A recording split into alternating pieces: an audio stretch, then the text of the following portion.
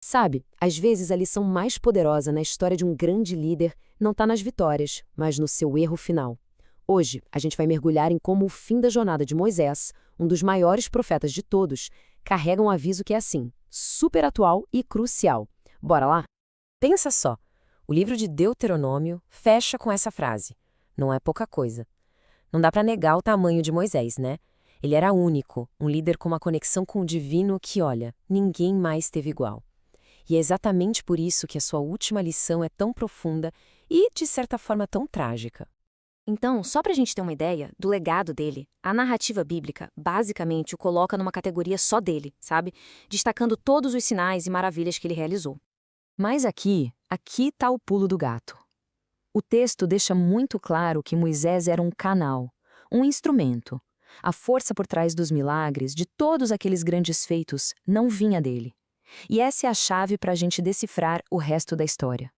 E aí fica essa pergunta no ar que ecoa no final da vida dele. Depois de liderar o povo por 40 anos no deserto, ele chega na beiradinha da promessa, mas não pode entrar. Ué, como assim? O que foi que aconteceu? A resposta está em um único, mas fatal, erro.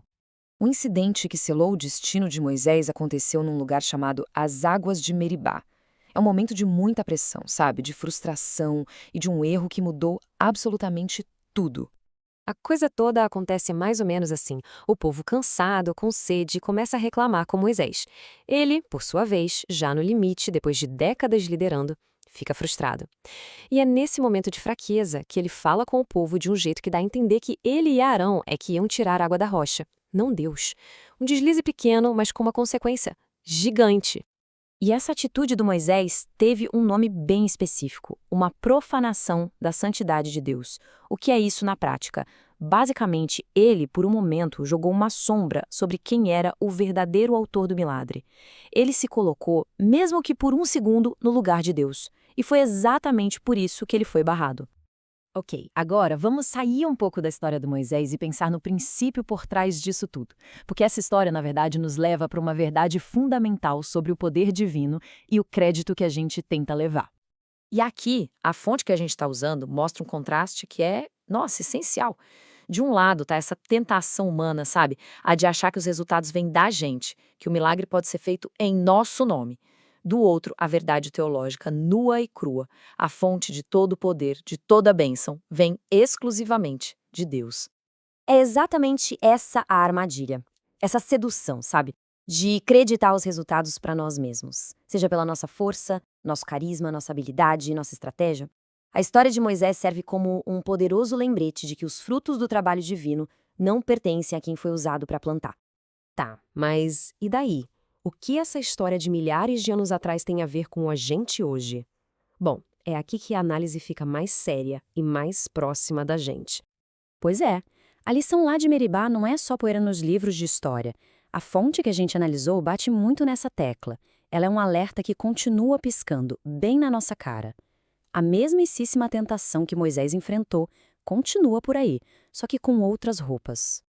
E esse risco, segundo a análise, não se limita a uma pessoa ou posição, não. A armadilha de se apropriar do que é divino está aí para líderes espirituais, para comunidades inteiras e até mesmo para cada um de nós na nossa jornada particular. No fim das contas, aqui estão vir uma forma de idolatria moderna.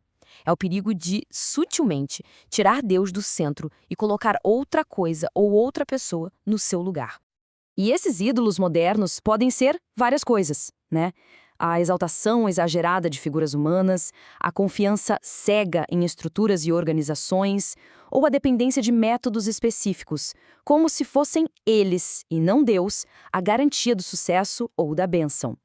E a gente termina com essa pergunta, para levar para casa e refletir.